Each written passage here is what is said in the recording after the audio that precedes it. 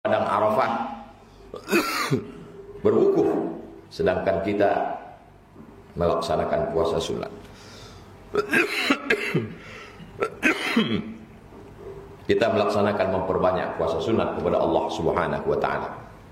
Tanggal 10 tidak boleh berpuasa. Tanggal 10 amalnya berbeda. Tanggal 10 adalah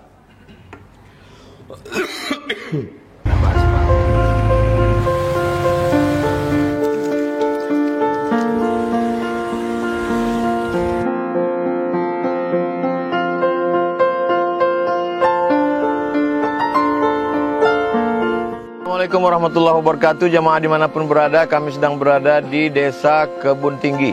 Dari Pekanbaru Riau amat sangat jauh sekali. Mobil yang bisa masuk kemari hanya 4x4. Di belakang kita ada masjid kayu, luar biasa, cantik, indah. Kalau siap nanti, mari kita selesaikan bersama melalui program wakaf pembangunan masjid. Nama masjidnya Nurul Azhar, mengambil barokah kemuliaan Al-Azhar Syarif Kairo Mesir. Mari kita support pembangunan masjid Nurul Azhar Batu Tilam melalui rekening Bank Syariah Indonesia BSI, nomornya 147, 6-nya 7 kali, 6666666. Sekali lagi, Bank Syariah Indonesia 147 6666666 atas nama Yayasan Tabung Wakaf Umat. Jangan lupa sertakan di kode transfer 25 di akhir nominal transfer. Kontak nomor ini untuk memastikan. Konfirmasi ke nomor 0852 6541 6060. Man bana masjidan, siapa yang bangun masjid, banallahu mithlahu baitan fil jannah. Allah akan bangunkan dia suatu tempat di surga. Berkah selalu. Assalamualaikum warahmatullahi wabarakatuh.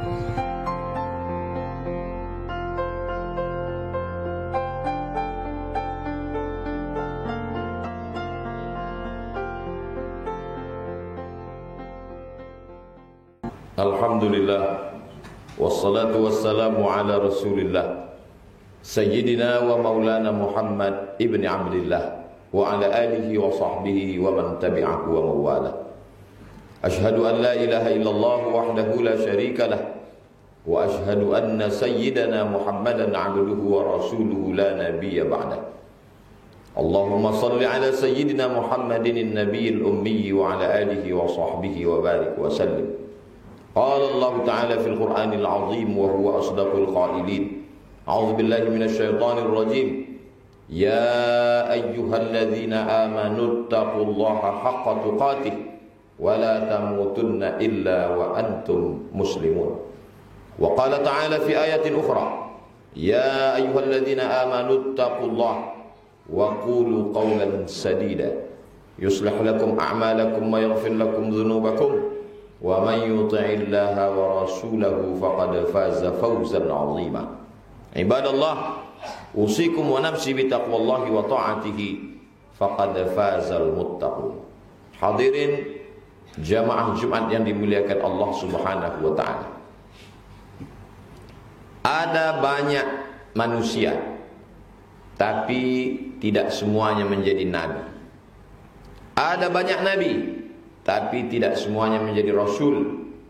Dan banyak rasul, hanya 5 yang ulul azmi. Dan antara ulul azmi itu, satu pemimpinnya Sayyidina wa maulana wa syafi'ina wa zuhrina wa qurrati a'yunina Muhammad sallallahu alaihi wasallam. Artinya ada pilihan Allah di antara manusia. Ada banyak belahan bumi di atas dunia ini, tapi salat di dalam rumah tak sama dengan di masjid. Salatul jamaati, salat berjamaah di masjid, tafdulu salat al-fadhi, lebih utama daripada salat sendirian di rumah. Bisab'in wa 20 darajah. Masjid ini 27 derajat. Tapi ada satu lagi yang lebih hebat. Itu lihat dia di Masjidil Aqsa. Lebih tinggi lagi daripada itu, Masjid Nabawi. Dan puncaknya adalah Masjidil Haram. Sebagian saudara kita sudah berkumpul untuk melaksanakan ibadah haji. Artinya ada permukaan bumi yang dipilih Allah Subhanahu wa taala. Begitu banyak malam, maka ada satu malam yang dipilih Allah Subhanahu wa taala. Lailatul Qadri khairun min alfi syahri. Bagaimana dengan siang? Maka kata Nabi sallallahu alaihi wasallam, "Ma min ayyamin", hari siang, Al-amalus salihu fihinna ahabbu ilallah. Beramal soleh pada hari itu lebih dicintai Allah. Min hadhil ayyamil ashri, 10 hari ini paling disukai, paling dicintai, paling diutamakan Allah melebihi hari-hari yang lain. Walaupun ada hari, bulan, berganti pekan, tahun, minggu, sesungguhnya hari yang 10 hari inilah yang paling dicintai Allah Subhanahu wa ta'ala. Lalu sahabat bertanya, walal jihadu fi sabilillah. Bagaimana dengan jihad? Kata Nabi, lebih hebat lagi beramal 10 hari ini daripada jihad fi sabilillah. Illa rajulun, kecuali kalau ada orang kharaja bi nafsihi wa malihi, dia bawa nyawanya, dia bawa hartanya, walam yarji' min dzalika bi syai', pulang hartanya, hilang nyawa, melayang. Hanya itu saja yang bisa mengalahkan 10 hari ini. Maka utama-utamanya amal adalah 10 hari ini. Yang dimaksud dengan 10 hari adalah tanggal 1 sampai 10 Zulhijjah, yang tak lama lagi kita akan memasukinya. Catat baik-baik kapan kita memasuki 1 Zulhijjah. Maka dari 1 sampai ke 8 Zulhijjah itu amal yang paling utama adalah as-siyamu fihinna sunnatun. Kata Imam Ahmad bin Hanbal, Imam Hambali, pendiri mazhab yang keempat, meninggal tahun 241 Hijrah. Berpuasa pada awal Zulhijjah adalah sunnah. Bagi siapa yang sanggup berpuasa, silakan berpuasa. Yang tidak sanggup berpuasa, memperbanyak solat-solat sunnah. Diawali dengan solat isyraq, solat duha, solat awabin, solat tahajud, solat witir, solat hajat, solat qabliyah ba'diyah, solat sunnat wudu, solat sunnat taubat, solat sunnat tasbih, solat sunnat mutlak. Memperbaiki amal kepada Allah SWT. Yang tidak sanggup tegak berdiri, maka memperbanyak membaca Al-Quran. Iqra'ul Quran, bacalah Al-Quran. Fa innahu ya'ti yaumal qiyamah, Quran akan datang pada hari kiamat syafi'an li ashabi, memberikan syafaat pada orang yang membacanya. Puasa tidak sanggup karena usia renta, penyakit akut. Solat sunat pun tidak sanggup karena sakit tulang, sakit kaki, asam urat dan lain sebagainya. Memperbanyak bacaan Al-Quran pun tidak sanggup karena pandangan mata tidak lagi jelas. Maka alternatif amal yang paling terakhir adalah memperbanyak zikir. Ala bi dzikrillah tatma'innul qulub. Dengan banyak berzikir hati menjadi tenang. Kalimatani, 2 kalimat, khafifatani 'alal lisan, ringan di lisan, tsaqilatani fil mizan, berat timbangan hari kiamat, habibatani ilar rahman, disukai Allah. Kalimat itu adalah subhanallah wa bihamdihi subhanallahil azim, subhanallah wa bihamdihi subhanallahil azim. Man lazimal istighfar, siapa yang memperbanyak istighfar, ja'alallahu lahu min kulli dhiqin makhraja, segala kesempitan hidupnya diberikan jalan keluar. Wa min kulli hammin faraja, segala kesusahannya diberikan kebahagiaan. Wa razaqahu min haitsu la yahtasib, diberikan jalan dari yang tidak disangka-sangka, dibukakan Allah pintu rezeki. Itulah dia amalan astaghfirullahalazim, astaghfirullahalazim, astaghfirullahalazim alladzi la ilaha illa huwal hayyul qayyum wa atubu ilaih. Man shalla alayya salatan, siapa yang berselawat kepadaku 1 kali, sallallahu alaihi biha asyra, Allah balas 10 kebaikan. Wa huttat anhu asyra sayyi'at, ditutupi 10 dosa kesalahan. Wa rufi'at lahu asyra darajat, dinaikkan 10 derajat tingkatan kemuliaan. Allahumma salli ala sayyidina Muhammad wa ala ali sayyidina Muhammad. Allahumma salli ala sayyidina Muhammad wa ala ali sayyidina Muhammad. Asalnya zikir-zikir ini tidak ada hitungannya. Ya ayyuhalladzina amanu, wahai orang yang percaya, uzkurullah, berzikirlah, zikran katsira, sebanyak-banyaknya, tidak ada hitungannya. Kalaupun ada tuan guru buya kita mengatakan 100 kali, 300 kali, 1000 kali, itu hanya proses latihan. Apa hukumnya beristighfar 100 kali, bersolawat 1000 kali? Tidak bid'ah, tidak salah, baik. Mana dalilnya? Dalilnya adalah ketika Bilal bin Rabah, Abu Hurairah, sahabat Nabi yang paling banyak meriwayatkan hadis Nabi SAW, sebelum tidur dia bertasbih alfa uqdah, 1000 simpul tali. Dia simpul tali sebelum tidur malam, 1000 simpul itu dia pakai bertasbih subhanallah, subhanallah, subhanallah, subhanallah. Itu dalil boleh bertasbih menggunakan alat. Kalau zaman itu simpul tali, hari ini pakai tasbih. Tasbih batu, tasbih kayu, tasbih digital. Pakailah, tidak bid'ah. Karena itu dilakukan oleh sahabat Nabi. Kalaulah bertasbih dengan menggunakan alat itu bid'ah dan bid'ah dhalalah, sesat masuk neraka, maka sahabat Nabi Abu Hurairah berarti masuk neraka. Kalaulah bertasbih 1000 kali itu sesat, maka berarti sahabat Nabi yang kita katakan radhiyallahu an, Allah meridhoinya sesat. Mereka biasa bertasbih dengan hitungan 1000, 2000, 3000 kali. Tentang sahabat Nabi bertasbih dengan angka tertentu disebutkan oleh ahli hadis yang sangat ketat. Beliau adalah Al-Imam Az-Zahabi dalam kitab Syiar A'lam An-Nubala. Memperbanyak solat-solat sunnah. Ada salah seorang zuriat keturunan Nabi Muhammad SAW namanya Ali. Tapi karena ibadahnya banyak, dia digelar dengan nama Zainal Abidin. Dia adalah Sayyidina Ali Zainal Abidin, anak Sayyidina Al-Husain, anak Sayyidina Ali, anak Sayyidatuna Fatimah, anak Sayyidina Muhammad SAW. Nabi Muhammad punya anak perempuan namanya Fatimah. Sayyidatuna Fatimah punya anak laki-laki namanya Husain. Sayyidina Al-Husain punya anak laki-laki namanya Ali. Membedakan datuknya Ali dengan cucunya Ali, maka yang cucu disebut dengan Zainal Abidin, perhiasan para ahli ibadah. Dia digelar dengan Imam As-Sajjad. Sajjad artinya banyak sujud, karena kata Imam Az-Zahabi dalam kitab Syiar A'lam An-Nubala, dia bersujud alfa sajdah, 1000 kali sujud dalam sehari. Itulah banyaknya solat sunnahnya. Adapun dalil memperbanyak khatam Quran, maka Imam Syafi'i khatimal Qur'ana fi Ramadan 60 khatamah. Imam Syafi'i mengkhatamkan Quran 60 kali khatam. Maka 10 hari yang baik ini kita isi dengan amal-amal yang baik sesuai dengan kemampuan. Yang tidak mampu, la yukallifullahu nafsan illa wus'aha. Bisa semuanya melaksanakan puasa sunat, ditambah dengan salat sunat, menghatamkan Al-Quran, berzikir, sangat baik. Ma la yutraku kulluh, la yutraku kulluh. Kalau tidak bisa semuanya, jangan tinggalkan semuanya. Allah tidak membebani kita sesuai lebih dari kemampuan kita. Maka yang paling ringan adalah ayyul amal khairun, apa amal yang paling baik ya Rasulullah? Kata Rasul, antufariqad dunya wa lisanuka ratbun bi dzikrillah. Engkau mati meninggalkan dunia dalam keadaan lidahmu basah berzikir mengingat Allah. Pilihlah tasbih-tasbih, pilihlah tahmid dan takbir, pilihlah solawat, memperbanyak zikir kepada Allah di 10 hari awal Zulhijjah.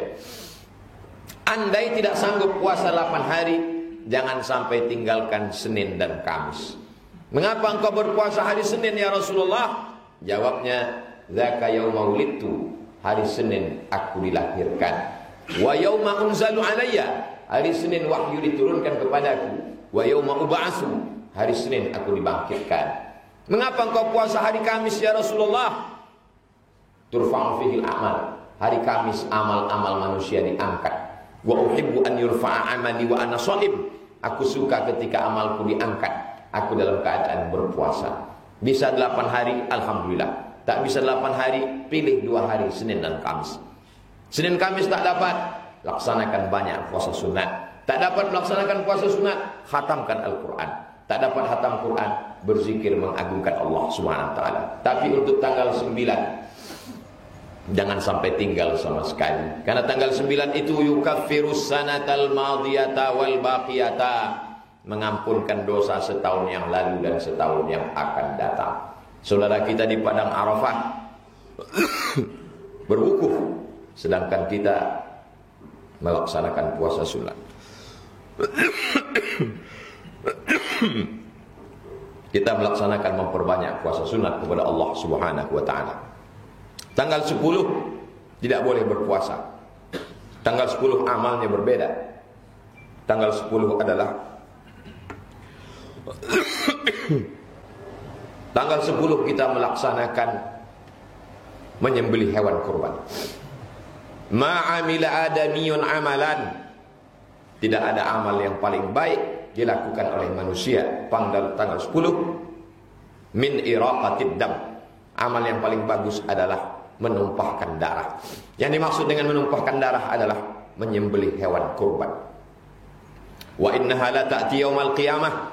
Hewan yang disembelih hewan yang disembelih pada tanggal 10 itu akan datang biquruniha dengan tanduknya, wa azlafiha dengan kukunya, wa ash'ariha dengan bulunya. Tanduknya, kukunya, bulunya adalah sampah, tapi tetap akan datang pada hari kiamat bersaksi pada orang yang berkurban. Kalau tanduk dan kuku dan bulunya saja datang, apalagi darah dan dagingnya, akan bersaksi di hadapan Allah Subhanahu wa taala. Wa innad dama la yaqa'u minallah bimakan qabla an yaqa' minal ardi.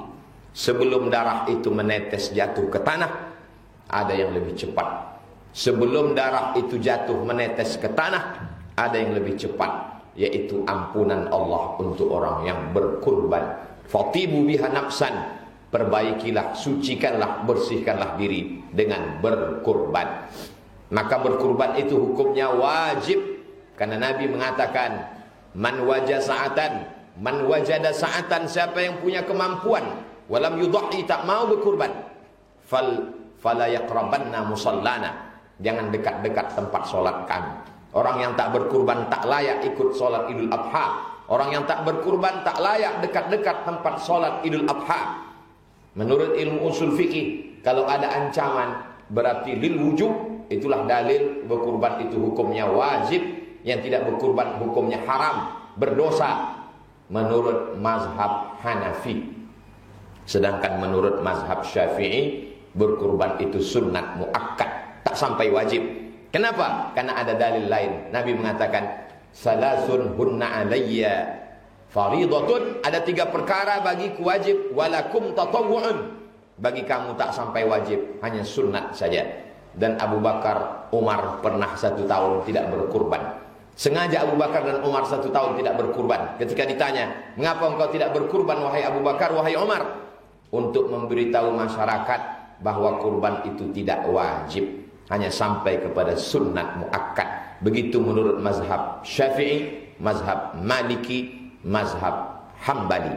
Sedangkan menurut mazhab Abu Hanifah, Imam Nu'man bin Thabit, Imam Hanafi, berkurban itu hukumnya wajib. Kita yang biasa mengamalkan mazhab Syafi'i, jangan sampai karena sunat muakkad kita tidak berkurban, karena nikmat yang diberikan Allah begitu besar. Inna a'tainakal kautsar, kami sudah memberikan nikmat yang besar. Bagaimana cara mensyukuri nikmat besar ini? Fasalli, salatlah, li rabbika, kepada Allah. Setelah salat, wanhar, berkurbanlah. Inna syani'aka huwal abtar, adapun musuhmu, pembencimu, wal abtar, mereka akan terputus dengan sendirinya. Artinya apa? Kita hanya disuruh mengurus nikmat Allah dengan cara mensyukurinya. Syukuri dengan badan, salat. Syukuri dengan harta, berkurbanlah. Bagaimana dengan kurban Nabi Muhammad SAW? Ada 4 versi. Versi yang pertama, Nabi berkurban 2 ekor kambing. 1 dia potong untuk dirinya dan keluarganya. Allahumma hadza an Muhammad wa ali Muhammad sallallahu alaihi wasallam. 1 lagi dia potong, Allahumma hadza an Muhammad wa ummati Muhammad. Ini untuk Muhammad dan untuk umat Nabi Muhammad sallallahu alaihi wasallam. 1 lagi versi adalah, kana ar-rajulu fi ahdi Rasulillah sallallahu alaihi wasallam yudhi an nafsihi wa li ahli baitihi.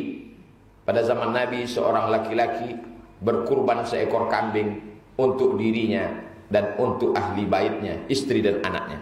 Versi yang ketiga, naharna ma'a Rasulillah sallallahu alaihi wasallam yaumal Hudaybiyata al-baqarata an sab'atin.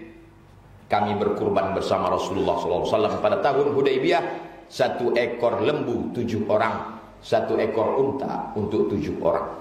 Dan puncak kurban adalah pada saat haji wada. Nabi menyembelih 63 ekor unta sendirian. Selanjutnya pisau dia serahkan kepada Sayyidina Ali. Ali memotong 37 ekor. 63 tambah 37, 100 ekor unta kurban Nabi Muhammad sallallahu alaihi wasallam untuk dirinya sendiri.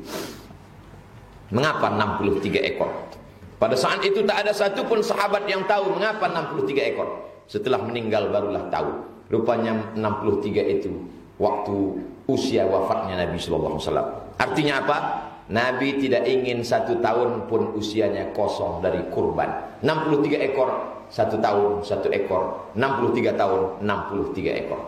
Maka kalau kita bisa berkurban 1 ekor setahun kambing, belum mencapai kurban Nabi. Karena Nabi 1 ekor 1 tahun seekor unta, yang bagi umatnya 7 orang, tapi Nabi memotongnya sendirian. Begitulah hebatnya amal Rasulullah SAW. Masalah solatnya, hatta tatafattara qadamahu, bengkak kedua kakinya. Masalah istighfarnya, wallahi demi Allah, inni astaghfiru ila rabbi wa atubu ilaihi mi'ata marrah fil yawmi wal lailah. Aku beristighfar taubat kepada Allah 100 kali sehari semalam. Masalah tahajud malamnya, hatta tatafattara qadamahu, sampai turun darahnya ke kaki. Lima fa'alta hadza, mengapa kau lakukan ini ya Rasulullah? Laqad ghafarallahu laka ma taqaddama min dzambika wa ma ta'akhkhar. Dosamu yang lalu, dosamu yang sekarang, dosamu yang akan datang sudah diampunkan Allah. Mengapa engkau sholat sampai bengkak kakimu? Beliau menjawab, afala akuna abdan syakura. Apakah tak boleh aku ingin menjadi hamba Allah yang bersyukur? Begitulah ibadah Rasulullah sallallahu alaihi wasallam. Jemaah-jemaah yang dimuliakan Allah Subhanahu wa taala, andai kita tak sampai pada tanggal 1 sampai 10 Zulhijjah itu, kalau kita berniat, innamal a'malu binniyat, sesungguhnya niat kita sampai. Andai kita sampai melaksanakannya, kita tinggal melaksanakan dan menjaga keikhlasan hati kita supaya amal kita diterima Allah Subhanahu wa taala. Ya bunayya, wahai anakku, inni ara fil manami anni azbahuka. Aku melihat dalam mimpiku aku menyembelih lehermu. Fanzur madza tara, apa pendapatmu? Kata Nabi Ibrahim alaihissalam kepada anaknya Sayyidina Ismail alaihissalam. Apa jawab anaknya? Ya abati, wahai ayahku, if'al ma tu'mar, laksanakan perintah Allah. Satajiduni insyaallah minas sabirin. Insyaallah aku sabar. Falamma tallahu lil jabin, ketika pisau itu sudah sampai ke leher Ismail, terasa sejuknya pisau itu di leher Ismail. Fafadainahu bidzibhin azim, kami tebus anak itu dengan seekor sembelihan yang besar. Allah tidak meminta unta Nabi Ibrahim, Allah tidak meminta kambing Nabi Ibrahim. Yang diminta Allah adalah anak yang ditunggunya selama 86 tahun.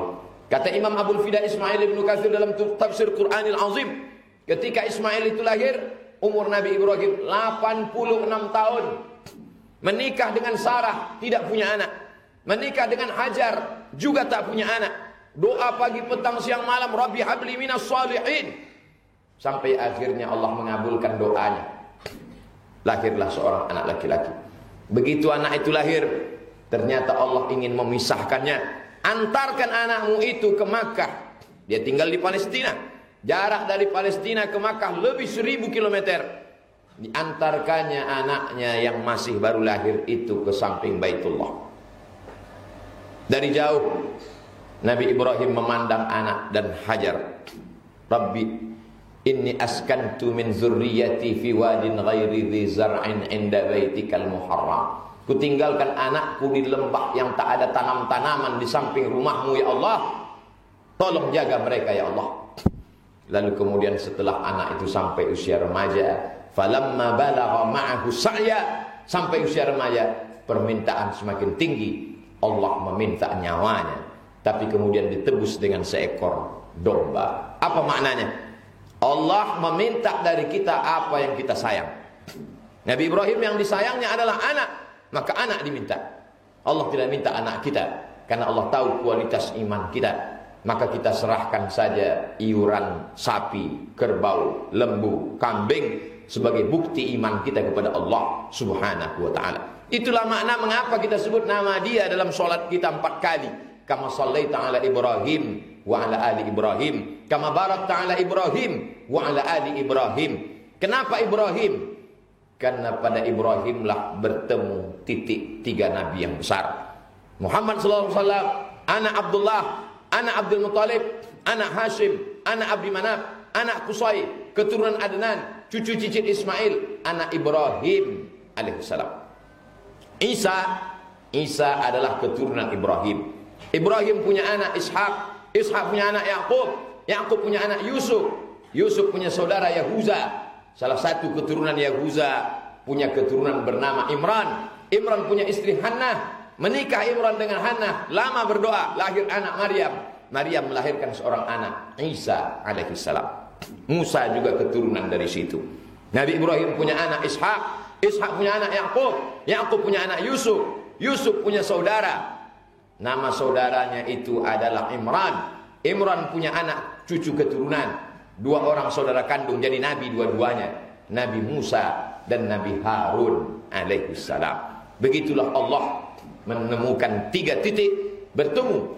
Nabi Isa, Nabi Musa, Nabi Muhammad SAW sama-sama keturunan Nabi Ibrahim alaihissalam. Kenapa disebut keluarga Ibrahim? Ali Ibrahim. Karena kita diminta untuk menerima kesabaran keluarganya. Ada istri yang juga sabar menerima ujian Allah, Sarah dan Hajar. Ada anak yang juga sabar menerima perintah Allah. Dia adalah Ismail dan Ishak alaihissalam.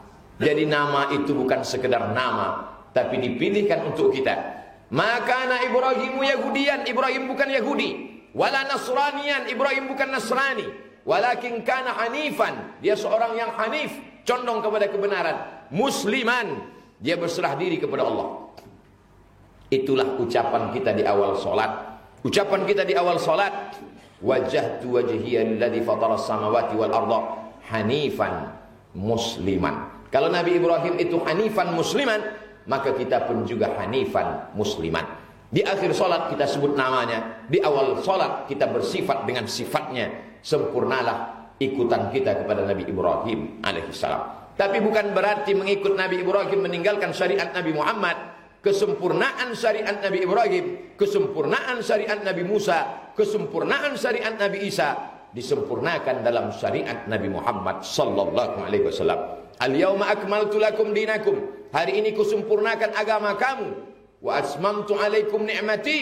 Aku sempurnakan nikmatku padamu. Wa raditu lakumul Islam madina. Aku ridai Islam sebagai agamamu. Maka Nabi Ibrahim juga muslim. Allah mengatakan dia hanifan musliman.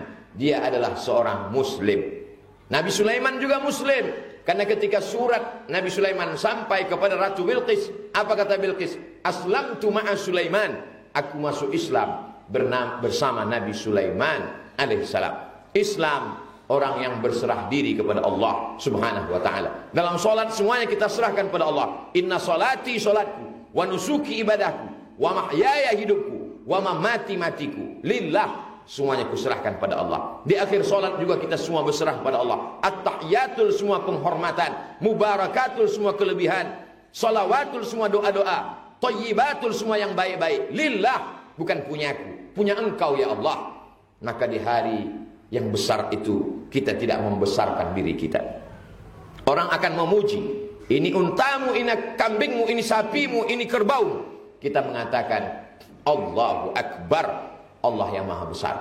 Maka di saat 4 hari itu kita bertakbir. Tanggal 10 mengatakan Allah maha besar. 11 Allah maha besar. 12 Allah maha besar.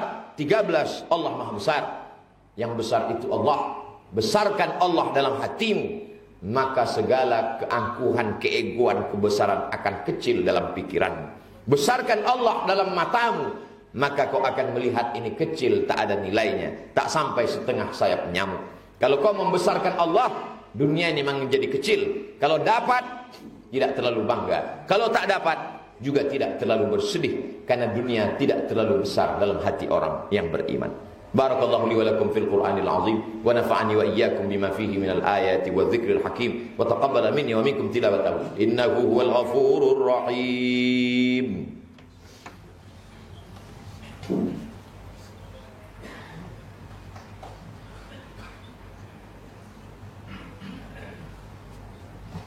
Alhamdulillahilladzi bi ni'matihi tatimmus shalihat. Wassalatu wassalamu ala sayyidis sadat wa ala alihi wa ashabihi ahlil fadaili wal karamat.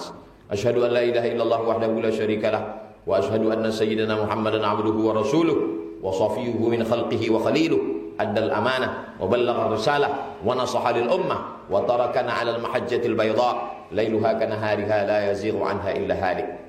أشهد أن لا إله إلا الله له لا شريك له وأشهد أن سيدنا محمدا عبده ورسوله لا نبي بعده اللهم صل على سيدنا محمد النبي الأمي وعلى آله وصحبه وبارك وسلم.